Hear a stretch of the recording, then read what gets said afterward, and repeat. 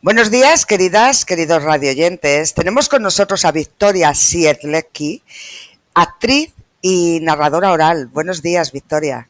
Buenos días, Yolanda. Un gusto saludarte y saludaros a quienes están escuchando. Victoria, he dicho actriz y narradora oral, pero eres muchas más cosas.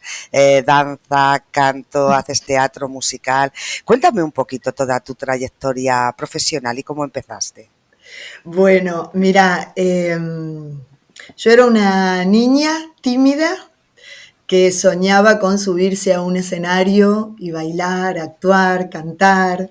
Y el tiempo fue pasando y fui trabajando para acercarme a ese sueño. Entonces, al principio hice muchos años de danza, de distintos tipos de danza. Hice contemporáneo, hice flamenco, hice danza oriental, a la cual he vuelto ahora, mucho tiempo después. Bailé profesionalmente ritmos cubanos, bueno, he bailado mucho. Pero yo quería ser actriz, entonces empecé a formarme como actriz y en esos años, mientras bailaba y estudiaba interpretación, mis padres fueron a ver a una gran narradora oral argentina que se llama Ana María Bobo y volvieron de verla diciéndome que habían visto algo que me encantaría hacer, porque de alguna manera ellos pensaban que me iba a permitir aunar todo lo que yo estaba haciendo. Mis clases de danza, mis clases de interpretación, mis pinitos en mis clases de canto.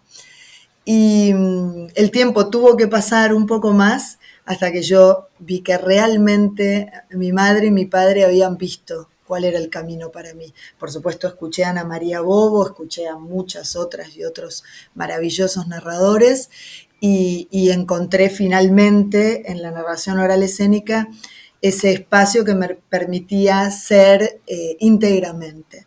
Además, de algo que para mí era muy importante, que era la posibilidad de elegir lo que decía, cómo lo decía y cuándo lo decía.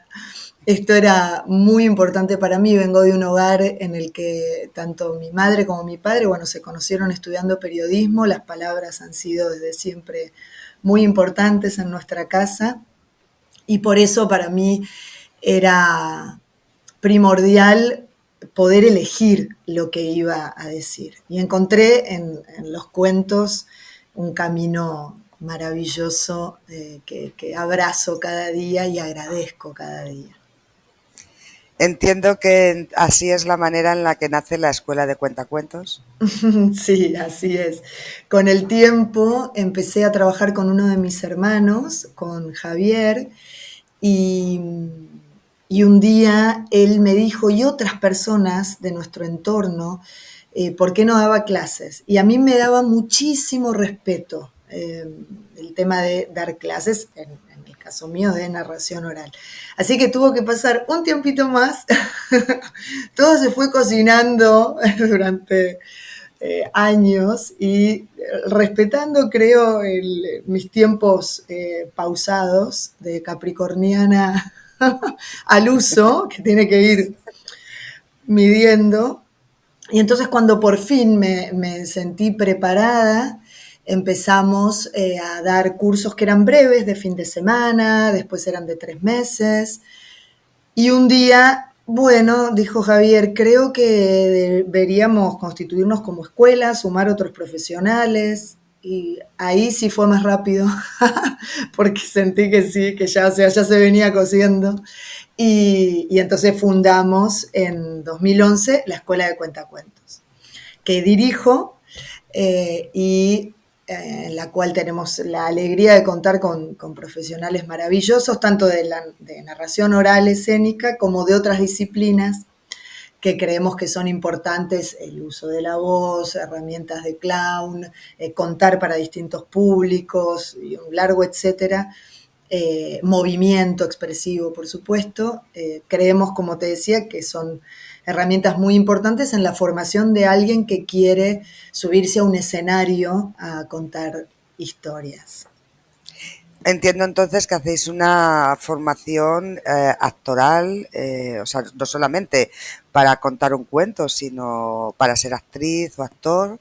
Bueno, es que Yolanda, en realidad, a nivel escénico, las herramientas que utilizamos, también desde mi propia formación, ¿no? Hay tantas maneras de ser narrador, narradora oral escénica, tantas maneras diferentes.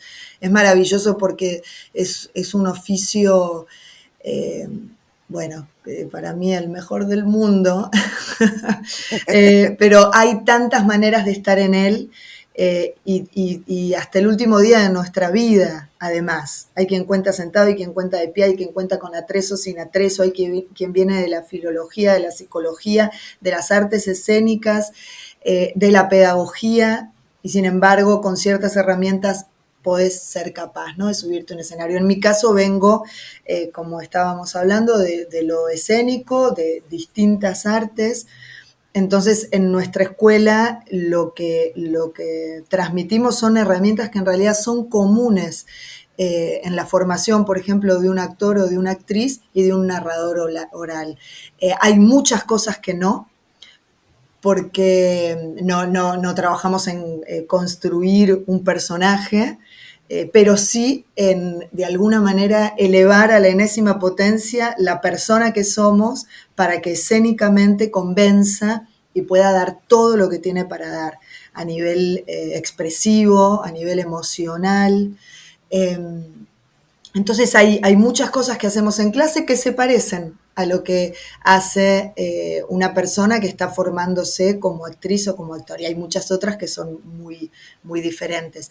Una de las cosas que es diferente, por ejemplo, en el momento de ir a contar un cuento, es que no utilizamos algo que es esencial en una obra de teatro o en un monólogo teatral, que es esa cuarta pared, que es ese oscuro de la sala en el cual estamos jugando a que el público no está, para que eso tenga sentido.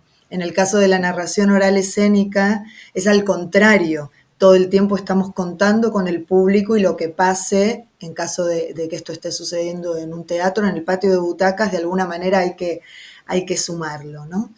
Pero como te digo, después hay otros elementos que tienen mucho que ver porque es algo escénico. Entonces en nuestras clases hay siempre una parte de relajación, de concentración, de este ejercicio maravilloso que nos implica estar sobre un escenario, que es estar aquí y ahora, en conexión.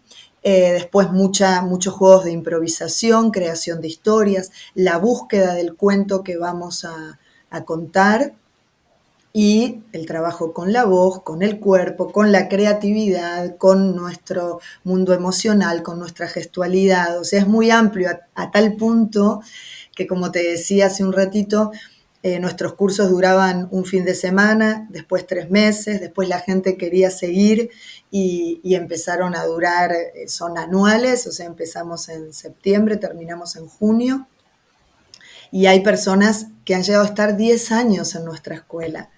Yo ya los últimos años, recuerdo a uno de nuestros alumnos muy querido, Antonio, yo le decía: Antonio, ¿ya qué te voy a enseñar? ¿Qué voy a hacer con vos? Un hombre además que cuando ya dejó de venir a clase, aunque seguimos en contacto por supuesto, estaba en sus 82 años, y que había recibido mucha formación antes, había vivido en distintos lugares del mundo, había visto muchísimo teatro, muchísima narración oral, pero él seguía viniendo porque quería seguir aprendiendo mientras aprendíamos de él, y además porque había encontrado una familia cuentera, ¿no? Que esto también es algo que pasa, que se empiezan a generar unos vínculos muy lindos, aún con la no presencialidad, porque a partir de la pandemia hay una parte, un porcentaje grande de nuestra escuela que está online, que fue la posibilidad de llegar a personas que están en otras ciudades, nosotros estamos en Madrid, en otras ciudades y en otros países. Y así todo podemos llegar, conmovernos y querer muchísimo a gente a la que no hemos abrazado aún, nunca. Victoria, has hablado antes de la búsqueda de los cuentos. Uh -huh. Háblame un poco de los autores. ¿Hay cosecha propia? Sí, mira, personalmente como narradora hay narradores que basan su repertorio en la tradición oral, hay narradores que basan su repertorio en su propia experiencia o en las ficciones que escriben, hay quien bebe únicamente de literatura contemporánea, hay quien hace un poco de todo. Yo hago un poco de todo, cuento algo, algunas cositas tradicionales, un porcentaje un poco más grande de experiencias propias o ficciones que he generado y mucho de autor. En nuestra escuela igual, o sea, en ese sentido damos muchísima libertad porque creemos en que hay que defender lo que una persona va a contar y para defenderlo hay que quererlo, hay que enamorarse, hay que sentirlo profundamente. Entonces damos muchísima libertad en cuanto al repertorio y tratamos de también dar herramientas, parte de nuestro profesorado, pienso ahora en María José Floriano y en Anselmo Sainz, que tienen mucha experiencia en cuanto a repertorio, entonces vienen a compartirnos todas esas posibilidades a todo nivel para que nuestro alumnado sepa por dónde buscar. Pero como te digo, hay quien cuenta lo que llamamos anecdotario personal, que son las experiencias vitales transformadas en un cuento que puede ser de interés, como les digo siempre, para quienes no nos quieren y no porque les caigamos mal, sino porque no nos conocen. Entonces tenemos que generar esa cercanía, esa empatía. Hay quien cuenta puramente tradicional y hay quien, bueno, va leyendo y descubriendo. En general, las personas que se acercan a nuestra escuela son personas con inquietudes, evidentemente. Estamos hablando de gente que los primeros meses que cursan en nuestra escuela tienen que dar muchas explicaciones a su entorno.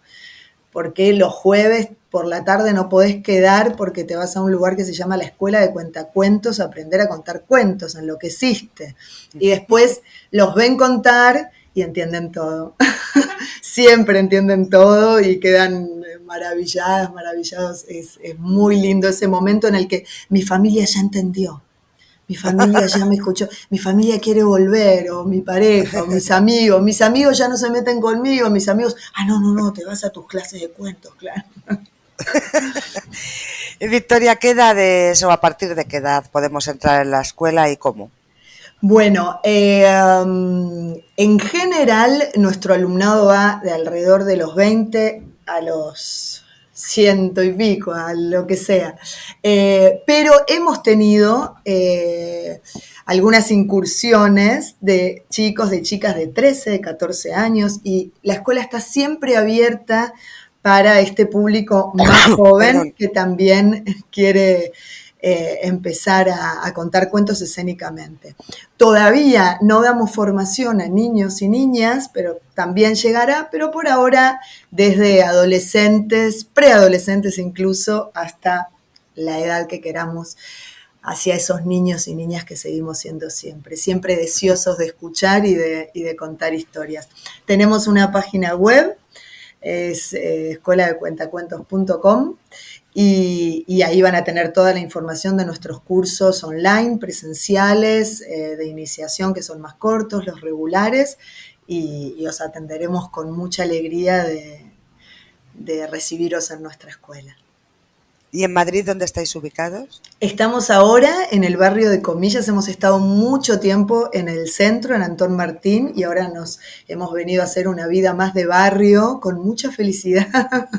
Es mi barrio en el que estamos creando a nuestra hija. Y es en un espacio muy bonito en el que suceden muchas cosas artísticas que se llama Entre Comillas, en el barrio de Comillas, donde además tenemos con mi pareja, que es narrador oral también, un ciclo lindo que se llama Vamos de Cuento para público familiar. Muy cerquita de Marqués de Vadillo nos van a encontrar a quienes quieran venir presencialmente. Volviendo un poquito a ti, si yo te digo risoterapia.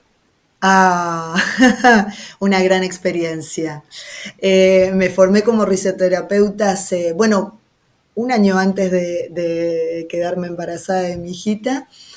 Estaba buscando, bueno, como artista siempre quiero seguir aprendiendo y como profesora, o sea, como persona que da formación, tengo que seguir aprendiendo, tengo que seguir nutriéndome. Y entonces un verano se acomodó todo para que pudiera hacer una formación como risoterapeuta y descubrí que la risoterapia es mucho más de lo que yo imaginaba que era. Es un juego que es mucho más que un juego, se utiliza a nivel terapéutico en situaciones muy difíciles y funciona. Y es ese volver a ser niños, a ser niñas desde el juego, desde la inocencia. Y creo después de esa formación y de aplicarlo en las clases de la escuela, que seríamos personas adultas mucho más felices si hiciéramos ese tipo de actividades constantemente. Por eso lo hemos sumado a las clases de la escuela, porque además va muy de la mano. Inevitablemente estás contando cuentos, necesitas empuje, alegría, flexibilidad, creatividad, juego, y tomarte muy en serio eso de estar, de generar mucha intimidad y mucha cercanía con otra persona y tomarte muy en serio el hecho de que hacer reír o generar una sonrisa en otra persona puede cambiarle el día, el mes o puede cambiarle la vida si esto se produce con una regularidad, ¿no? Entonces, bueno, fue una formación hermosa a la que sigo apelando y que me enseñó muchas cosas. Victoria, ¿dónde podemos verte narrando, haciendo lo que mejor sabes hacer? Bueno, mira, tenemos el 5 de octubre en el espacio Entre Comillas, en el barrio de Comillas, hacemos el primer encuentro de este ciclo para público familiar, que se llama Vamos de Cuentos. Y yo estoy, bueno, digamos que hay una parte de la agenda que desconozco porque va surgiendo cuando llaman para un centro cultural, para un festival, etcétera, ¿no? Y sí, hay un ciclo que se llama Linaje, que empecé a hacer la temporada pasada en el Café Berlín y tendremos el primer encuentro el 10 de noviembre. Es un ciclo que para mí es un trabajo para el resto de la vida. El tema del linaje es un tema que me interesa especialmente desde que tengo memoria. Y en este ciclo lo que estoy haciendo es una vez por mes o cada 2 meses con un invitado o una invitada, hablar de vínculos familiares, es decir, compartir historias familiares de la persona invitada, ficciones y también historias que estoy recogiendo de personas que quieren compartir conmigo sus experiencias, sus recuerdos o hacer un homenaje a alguien querido que ya no está o que está y que quieren que lo escuche. Entonces ahí también os invito. Y después, bueno, voy compartiendo en redes y próximamente en mi página web. He sido, Yolanda, un desastre para las tecnologías, pero una cosa que no me la cree nadie. O sea, me han invitado para hacer directos en Instagram a los Júntate que... conmigo entonces, No, madre mía. directos en Instagram a los que jamás pude entrar. Bueno, cosas realmente, digo, menos mal que lo mío es trabajo y que trato de estar a la altura, porque si fuera por... Pero me estoy poniendo las pilas, estoy compartiendo en mis redes todo lo que voy haciendo, las funciones, los festivales y demás. Y me están haciendo ya la página web, entonces, bueno, pero si no, también están las redes de la escuela, la web de la escuela sí, en la escuela sí me he dejado guiar por Javier y estamos al día con todo. Así que bueno, que tendrán manera también de enterarse de lo que va surgiendo y de esto que es más cíclico, ¿no? Tanto para público infantil como para público adulto. Pues Victoria, muchísimas gracias por haber compartido este ratito con nosotros. Que te vaya todo maravillosamente. Y bueno, y es que desprendes energía, o sea, energía positiva. Muchas gracias. Lo mismo te digo, ha sido un placer conversar contigo. Me he sentido charlando con una buena amiga, así que tenemos que volver a encontrarnos, Yolanda. Prometido, te lo Gracias, prometo. gracias por tu generosidad y por esta linda invitación. Un abrazo inmenso Gracias a y ti. por eso a quienes nos están escuchando o viendo. Gracias. Gracias, Victoria. A vosotros, vosotras, queridas y queridos radioyentes, como siempre, muchísimas gracias por estar al otro lado. Mi nombre es Yolanda López.